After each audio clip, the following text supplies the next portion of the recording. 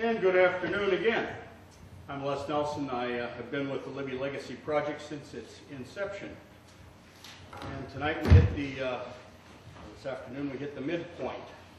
In the first four presentations, how's the sound, by the way? Is it okay? It isn't on? Turn the mic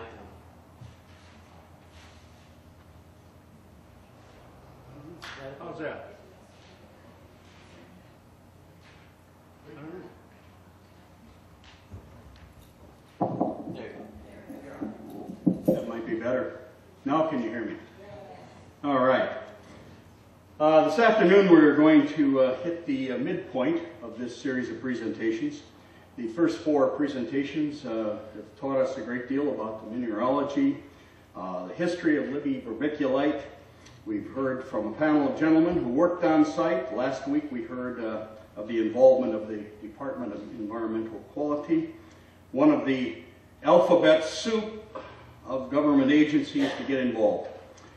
And I don't think there's a better person to explain this alphabet soup to us than Paul Lammers. Paul has over 20 years of broad public sector and private sector experience as an environmental professional. He received his undergraduate degree from Lehigh University, earned his Juris Doctorate from Quinnipiac University School of Law. During his career, Mr. Lammers has served as a staff attorney for a state environmental agency where he helped draft and enforce environmental regulations. In private practice, he has represented individuals, businesses, and environmental groups on a variety of environmental issues. Most recently, Mr. Lammers worked as an environmental consultant for 10 years with CDM Smith, where he served as the site manager for CDM's operations on the Libby asbestos project. Paul lived in Troy with his wife and daughter for 8 years, from 2003 through 2011, while he worked on the Libby cleanup. Mr. Lammers is currently serving as the Director of Environmental Programs for Revette Minerals Incorporated, the owners and operators of the Troy mine. Paul and his family recently moved to Rathdrum, Idaho, where they now live, and it is my distinct pleasure to present Paul Lammers.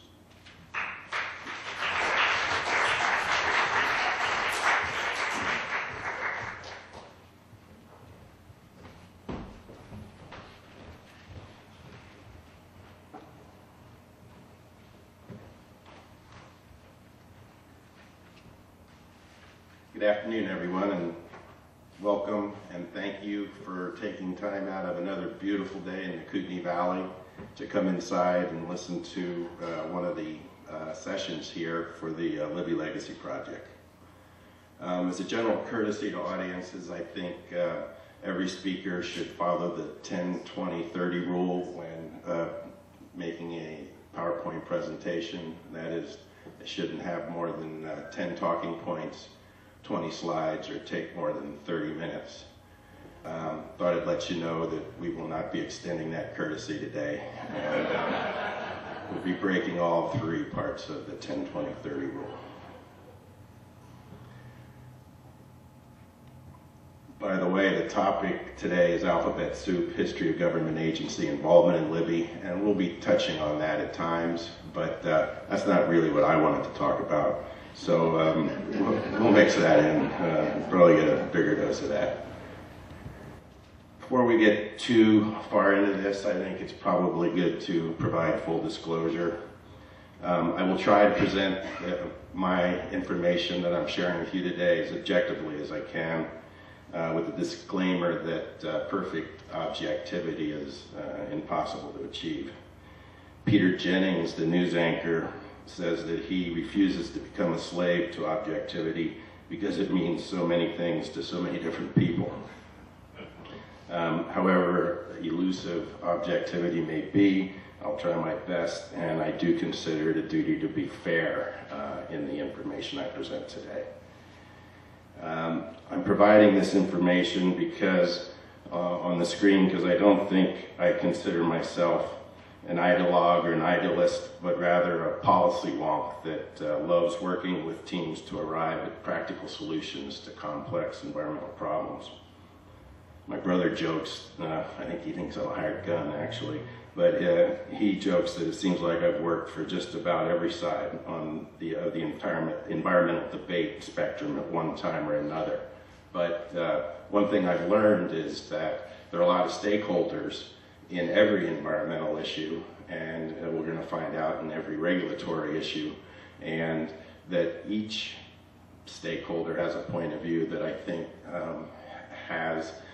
needs to be present at the table and considered when arriving at regulatory decisions.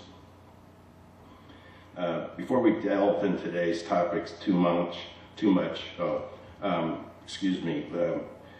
they say that if you really and truly want to understand where a person stands on an issue, you have to understand first where they sit, where do they live, what do they do, what are their value systems and their beliefs. I'm providing this background just to walk through it. You have the environmental disaster at the top and everybody's screaming, where were the government regulators?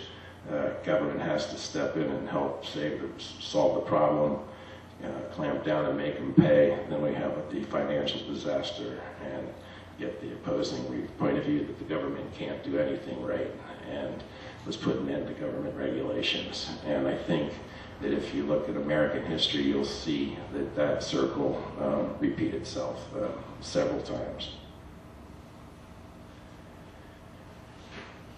There have been presentations by historians and by the state DEQ, and EPA will be, I think, making presentations. So I'm not going to go through a timeline of what did each agency know and when did they know it. I think that's been being shown in some of the other presentations. But I think one of the themes is that science is the process of changing how we think about things over time. And I think one of the themes of the Libby Legacy Project is to what did we know then, what do we know now, and how are we going to build for our future. But it is a fact that both government and industry representatives over a period of time were in denial about the dangers of asbestos and what was occurring. And there has been a knowledge timeline that's been well documented. As early as 1000 AD, Pliny the Elder wrote about the disease of slaves. And interestingly, I'm including that there because the first regulation involving dust in the asbestos dust in the workplace was not required by an OSHA or a MSHA or a government agency, but was a self-regulation by the slave owners who saw that their slaves were getting sick and dying from the exposures of working with the asbestos textiles, and actually Pliny wrote of a respirator made out of a almost transparent membrane of a goat or a lamb that was used to protect serve as a early day respirator for slaves who were working in the asbestos mines. You can see how over time the awareness of the dangers of asbestos and asbestos dust in the workplace evolved. Again, this list is not meant to be all-inclusive, but I think it's important for everyone to know which agencies are involved in the Libby Cleanup Project and or have been involved in Libby over time. You have the Mine Safety and Health Administration, the EPA, who's in town now, Center for Disease Control and Prevention, NIOSH. Got the Army Corps of Engineers and the Department of Transportation up there because they are federal agencies and they have served as contracting officers for EPA over the past 12 years in Libby and have hired contractors to execute work for EPA in Libby. The alphabet soup goes, of course, beyond the agencies.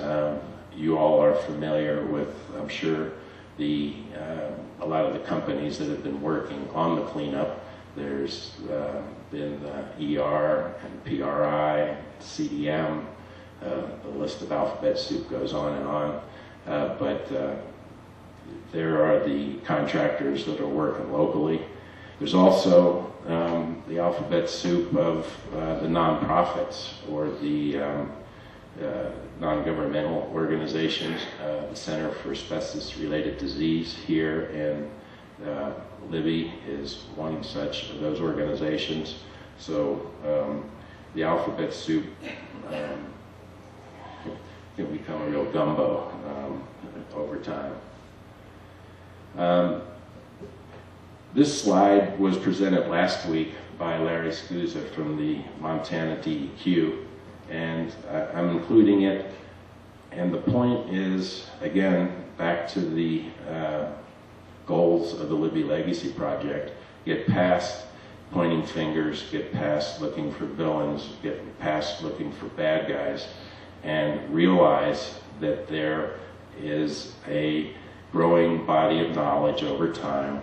The challenges of getting that information out across various agencies and to industry to get behaviors to change and to get laws to evolve where they become enforceable.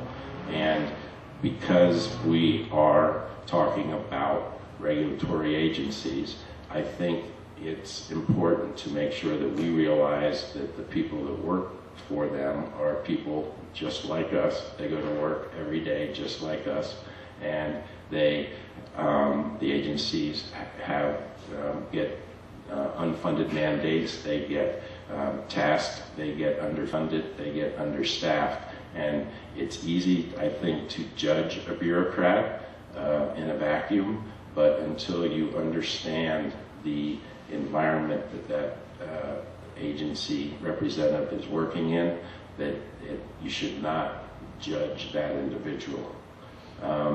Similarly, MSHA has gone on the record and stating what they failed to do in terms of implementing their responsibilities in Libby historically. I wanted to take a minute, because it is related to the issue of regulations, is to take a minute and talk about the Grace Commission, because it's come up at a couple of questions I heard at some of the earlier presentations, and there were some who think that somehow the Grace Commission affected what did or didn't happen in Libby at various times. Excuse me.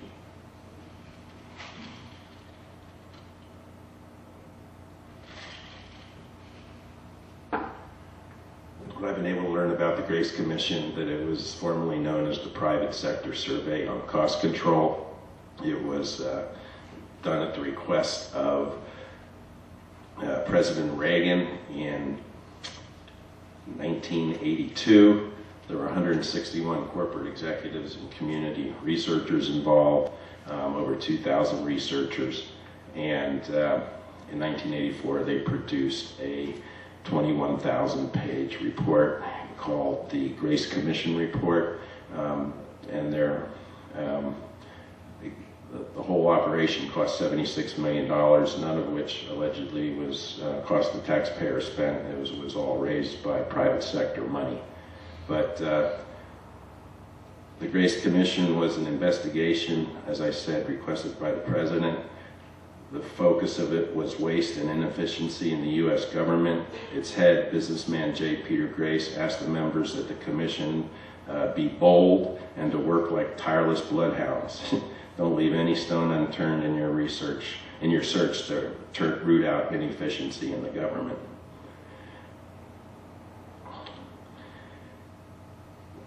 Regarding the impacts of the Grace Commission, in my research, I have been told that the Grace Commission report made 2,478 recommendations that they said that if they were followed, the government would save $424 billion.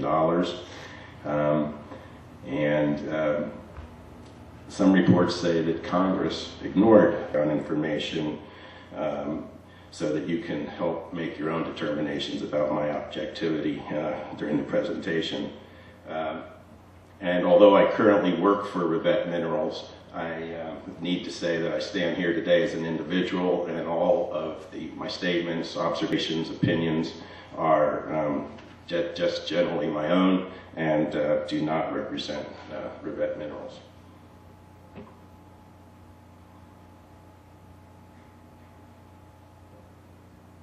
So there's a little bit about who I am and my background. I think before we delve into the topic, we should make sure that what we're talking about today is in the context of the purposes of the Libby Legacy Project, this remarkable group that's come together here in this community. I must thank you and tell you how humbled and honored I am to be asked to be one of the presenters for this project. I think this community, grassroots movement that seems to be happening here at the Libby Legacy Project is commendable, and I'm proud to be a part of it. Thank you very much. I'm not going to read my slides today, but I think it's important for us to all understand what the Libby Legacy Project is about, and I'm going to try to tie today's conversation into the greater goals of the project. This group of people called the Libby Legacy Project has a vision that it's important now and in the future for our children and all who live, work, and play in Lincoln County to understand the legacy of vermiculite mining and asbestos exposure. Their mission is to help Libby and Troy communities to own and embrace the legacy of mining asbestos-contaminated vermiculite with all its ramifications through the education of teachers, students, and ultimately the entire community, that we might learn from the past and step boldly into the future. I think that's pretty cool. As I understand the goals of the Libby Legacy Project, it's to help this community embrace its past, not to sweep anything from the past under the carpet, not to minimize any aspect of the tragedy or suffering that has occurred in the past, but at the same time to reclaim the narrative, have the narrative evolve beyond victims and villains and good guys and bad guys. I think the story speaks for itself, but the question is, what will Libby's legacy in the future be? And more importantly, what will be your role and your neighbors' roles in helping to shape that legacy for the future?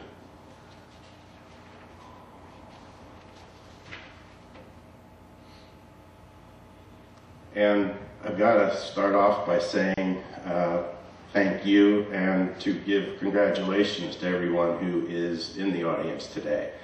You are to be commended.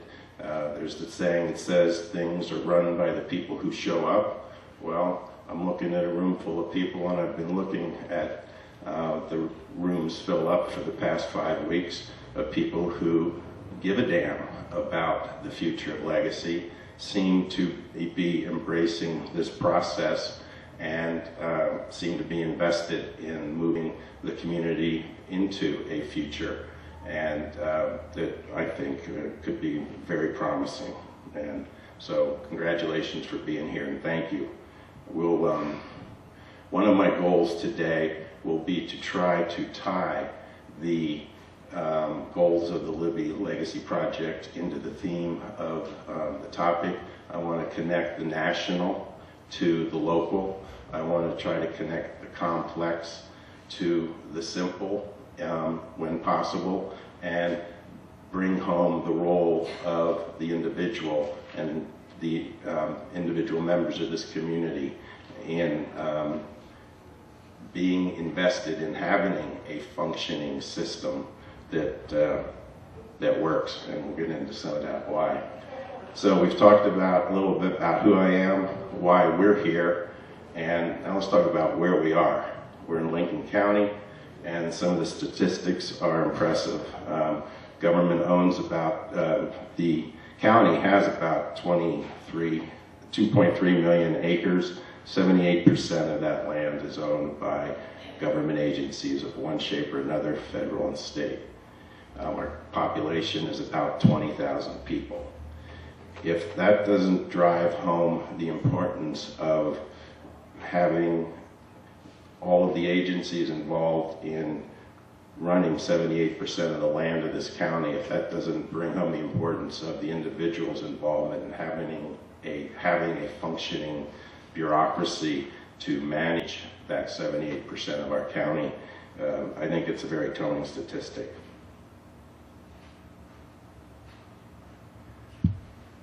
This is not in any way meant to be a comprehensive list of agencies that are involved in the day-to-day lives of the average Libby citizen or member of Lincoln County, but there is the United States Department of Agriculture, the Forest Service, there's the Kootenai National Forest, the Department of Interior, which includes the U.S. Department of Fish and Wildlife. One question you may want to ask yourself, just as we're trying to grasp with the concept of government agencies and regulations, is should the U.S. Forest Service be within the Department of Agriculture, or is a forest more like a piece of land that should be managed under the Department of Interior? One of the things I'm going to do today is not necessarily make a whole lot of points, but I'll raise a lot of questions and try to get everyone to think about their government and their regulatory agencies a little different. I won't read the slide, but all these agencies are very involved in the day-to-day lives of this county. I would add to that ATSDR, the Agency for Toxic Substances and Disease Registry, and they're very involved in doing research on the effects of asbestos, and very involved in providing grant monies that will have a lot to do with the future of Lincoln County. And NIOSH is also, the National Institute of Occupational Safety and Health is also involved right now in working in Libby, recommending tests to in the environment to see about worker safety for loggers and other workers in the area. So I think one of the themes that will occur throughout this presentation is that the complexity of our modern society and civilization and the systems that have been built up to deal with that complexity. Federal laws of the United States, our U.S. Code this year is 35 volumes and has 42,000 pages. That's just our federal laws. The Code of Federal Regulations has over 70,000 pages. This complexity, by its very nature, requires an army of experts to decipher it, understand it, lawyers, technical experts, consultants, and others. Each of these laws and regulations and agencies seem to develop their own jargon over time, and the result of this is, in my opinion, a mountainous barrier that gets built between the people and their laws. And one of the goals of today's presentation will be to try to, again, connect the importance of the individual to the proper implementation and functioning of those laws, regulations, and the agencies that try to enforce them. So we're going to be talking about government agencies, and I thought it would be good to step back for a minute and maybe go through a Civics 101 course a little bit and talk about our federal government and how these federal agencies come to play and are related to Libby. Here is your recipe for alphabet soup. I don't know how easy it is to read this slide, but it is an organization chart of the government of the United States. It's not meant to be inclusive. I noticed that the Department of Homeland Security is not on this. It is provided as a handout that if you don't have one or can't read the slide, you can get it at the end of the class, at the end of the session. I think a couple of things. They have this org chart designed as well from the top down, and the Constitution at the top, and the first three words of the Constitution are "We the people," so that all of the powers and laws are supposed to flow from the people to the Constitution, to the three branches of the government, and then down to the administrative agencies that have been established.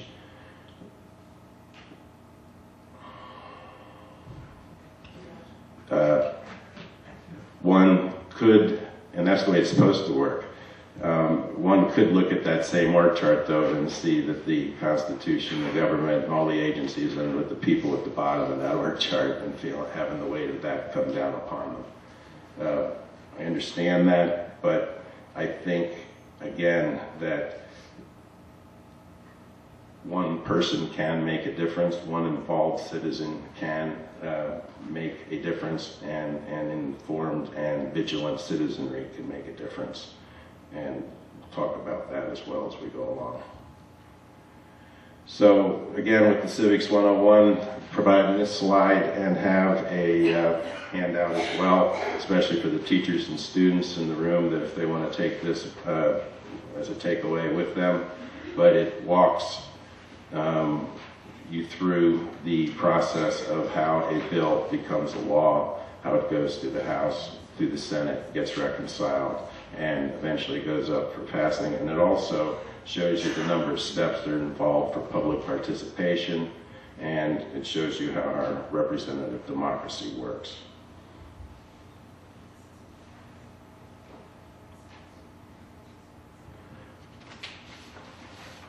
Didn't have a slide to provide, but also one of the handouts is a regulations map that walks you through the process of how a federal regulation gets the force and power of law from the beginning of the administrative process through the public comment period all the way to becoming a formal rule that has the force of law.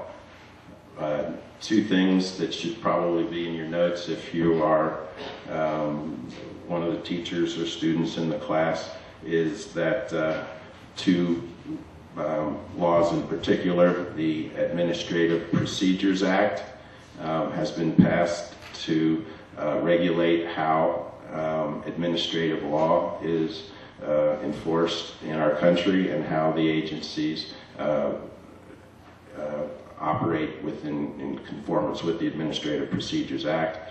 It touches upon such thing as due process of law. Just to give you an example, if you have a driver's license and you want to, and if for some reason a bureaucrat wants to revoke it, there has to be some kind of a review process by a third party before a bureaucrat could arbitrarily take away your driver's license. A certain process of law is due to the individual in that kind of situation. You could similarly say, question what process of law is due to the permit holder for a wastewater treatment plant or something like that.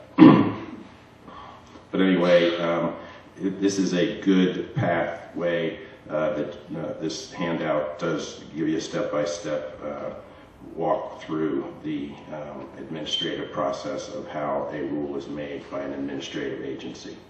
The other important law to note is the National Environmental Policy Act, it's known as NEPA, and both NEPA and the Administrative Procedures Act require that agencies provide the opportunity for public comment at various stages before they make final decisions or final rules, and that is the opportunity for the individual and the people in this room, especially who live in a county with such a heavy regulatory agency presence, to participate in the decision making that gets done by the agencies and shapes the future of how the county is run, what can and can't happen within the county's borders.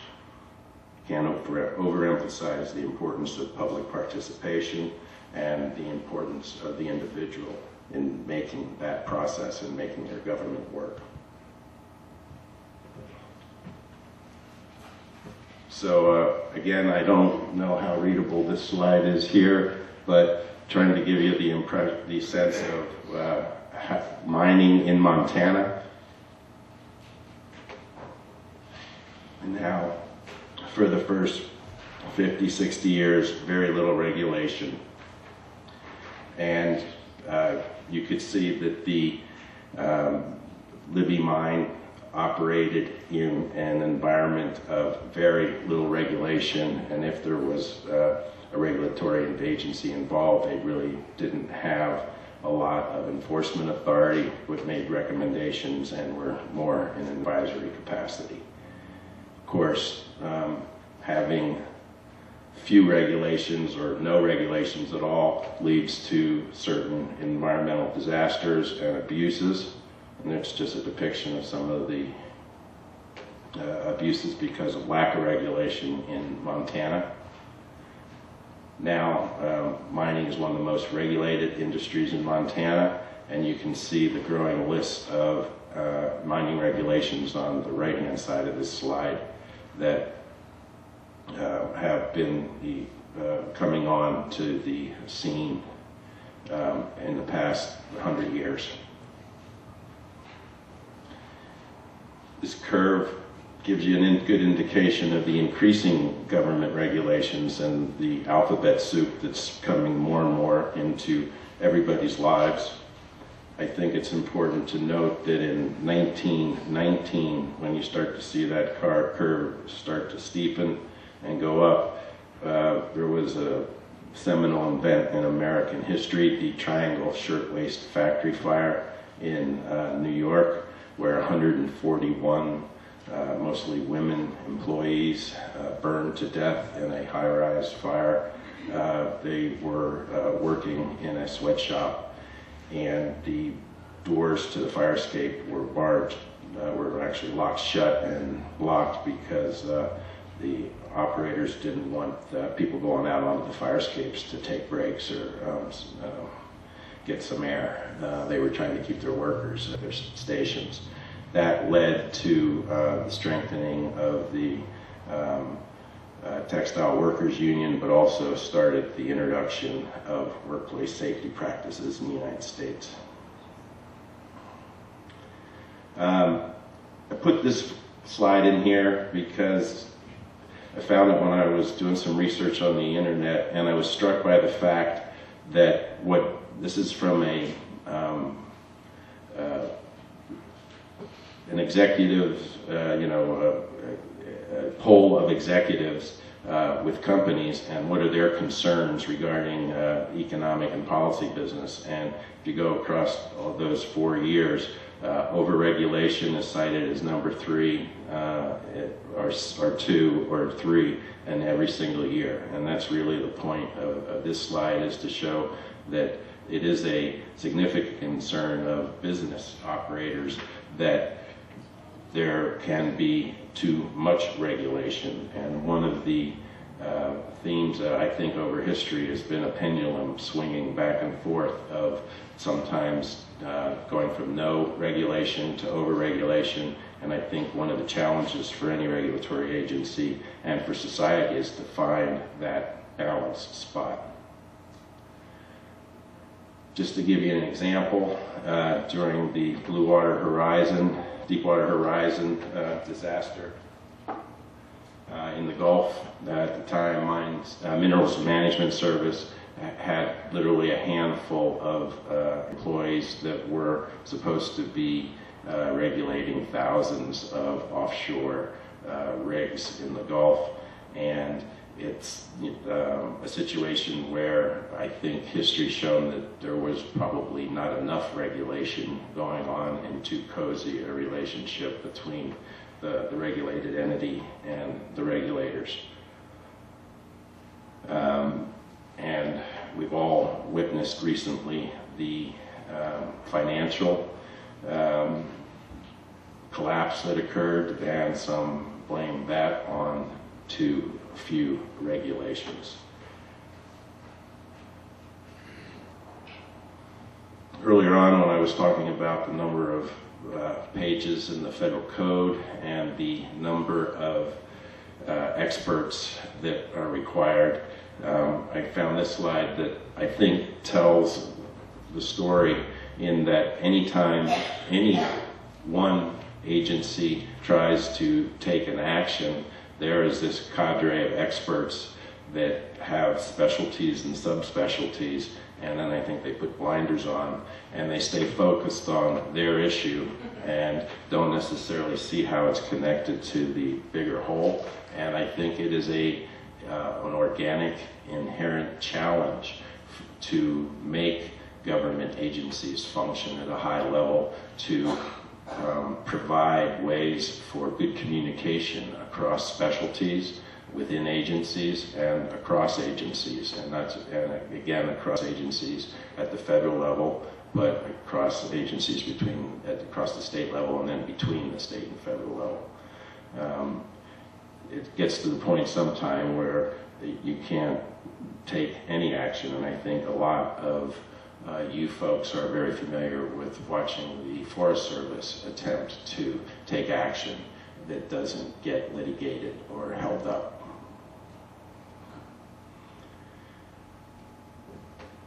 I think this slide tells a lot. I thought, about this a lot, and thought about how pendulums swing back and forth between under-regulation and over-regulation, but I think this circle tells it better. And again, the Commission's report, and that nothing much came of it. However, the Citizens Against Waste in Government, a political action group, they say that during the period from 1986 to 1988, that the government saved $110 billion in documented savings to the federal government as a result of implementing the Grace Commission's recommendations. I can't tell you whether the operations of the Grace Commission had anything to do one way or the other with impacting any outcomes in the city of Libby or in Lincoln County. There may be some who know a lot more about the Grace Commission than I did, but when I was hearing the questions at the earlier sessions, I thought I'd at least look into it. And again, leave it to you if you want to peel that onion a little further and find out more about the Grace Commission.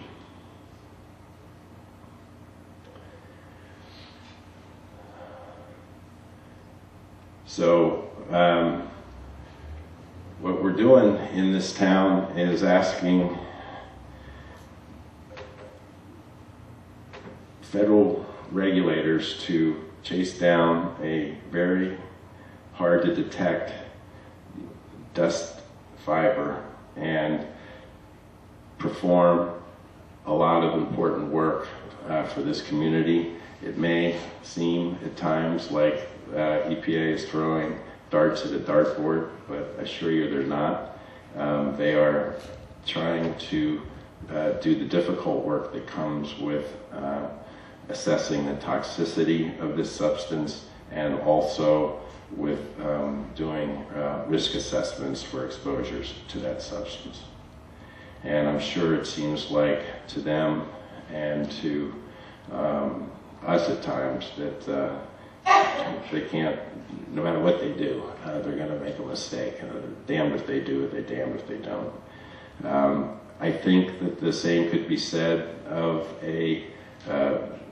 you are following the debate right now between whether our government has too many regulations or not, and you hear businesses complaining about not knowing whether they want to hire someone or not because of a particular government regulation.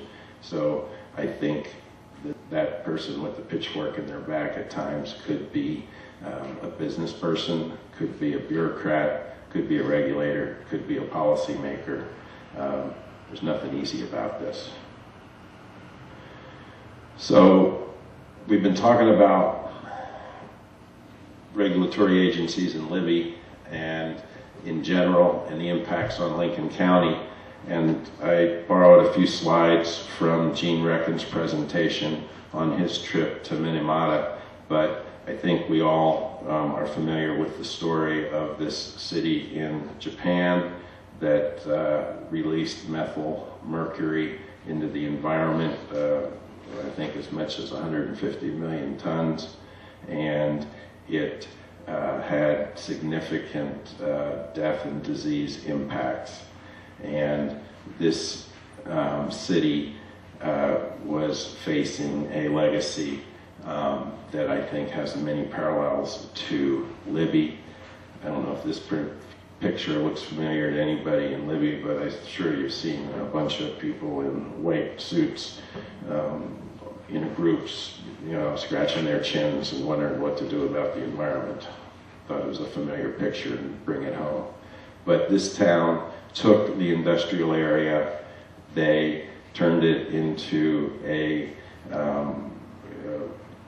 parks and playing fields, and Gene and Reckon and Jeff Gruber know more about this because they went on the trip, but I was very struck by what this community has done and how they've taken their environmental disaster and embraced it.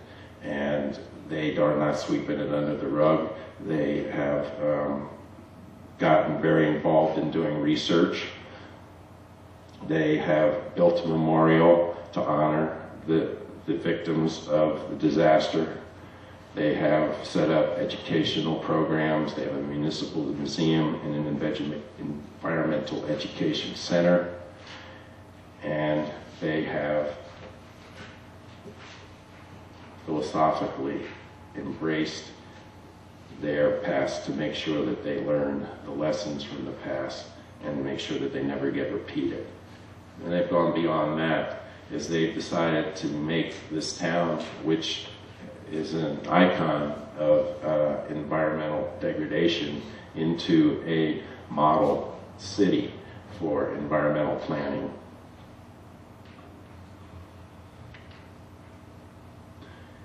The point of me tying this back to that town is that I would submit, one of the things they've done in Minamata is got this eco seal that is apparently, because of the stringent requirements that they review before they provide the seal, is something that's now sought after by industry, and it's become a brand, and this town has rebranded itself and has turned its past on its head in terms of, again, without any denial or sweeping anything under the rug, but turned it into a positive aspect for the town's future. They've reinvented themselves. And I would submit that the challenge for Libby in building its legacy in the future is only limited by our own imaginations. So where do we go from here? We are all members of a small county in northwest Montana that is mostly owned by the government and highly regulated. But I don't think we need to just throw up our hands and walk blindly into the future. I think that there are real opportunities in this town, and I think that the Libby Legacy Project is an integral part of that. Couple of personal observations since I've come to Libby. There's something about the DNA of our community, and I think it may go back to the fact that in the past we were very much a corporate town. We had the mill, we had the mine, had the presence of the federal government, and when things needed to be done, there always seemed to be a white knight who would come riding on in and build the ball field or put the track in or take care of whatever the community need was at the time. And I think since I moved here that I noticed a community that was always looking around for someone to come on in and solve this problem, whether it was EPA or the governor or the silver bullet or whatever the look beyond the horizon for who's going to come riding over the horizon and solve our problems for us. I think that it's fair to say that there's an element of that, and I think one of the messages I want to send is that I don't think there really are white knights. There are human beings in imperfect governmental agencies trying to do very difficult jobs, and the idea of a white knight doesn't really exist. Where I think the white knight does exist is, quite frankly, in the mirror. I think it's that the individuals of this community, the individuals who are like coming here today, tonight, are the ones who will be shaping the future of this community. Wanted to talk for a minute about the concept of the theory of the 100th monkey and leave you with that, because I think it tells a story about what might be able to happen in our community in the future. This theory of the 100th monkey goes that, and I call it a parable more than a theory. There's a book written about it. You can Google it online. But after World War II, there were some anthropologists in the Japanese archipelago in the Sea of Japan that were doing studies on monkey colonies on these isolated islands, and they were doing some behavioral studies, and they would dump sweet potatoes onto the sand where the monkeys lived, and the monkeys would pick them up and eat them. But they loved the sweet potatoes, but they didn't like the sand and were constantly spitting it out. And I guess one day a young monkey took the sweet potato, dropped it in a little streamlet, it rinsed itself off, picked it up, ate it.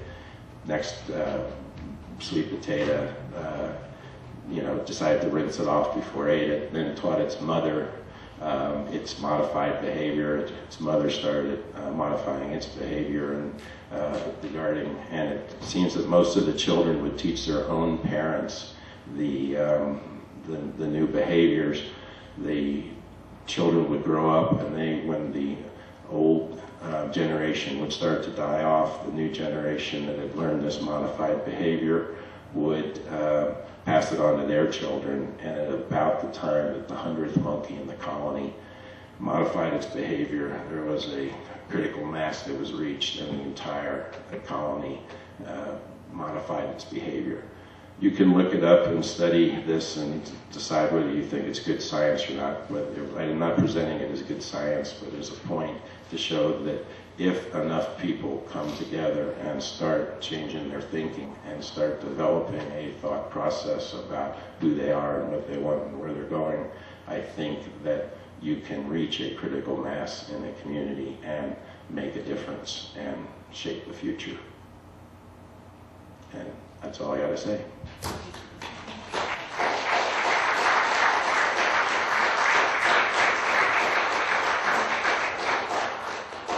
So, you want to ask Gene Reckon any questions?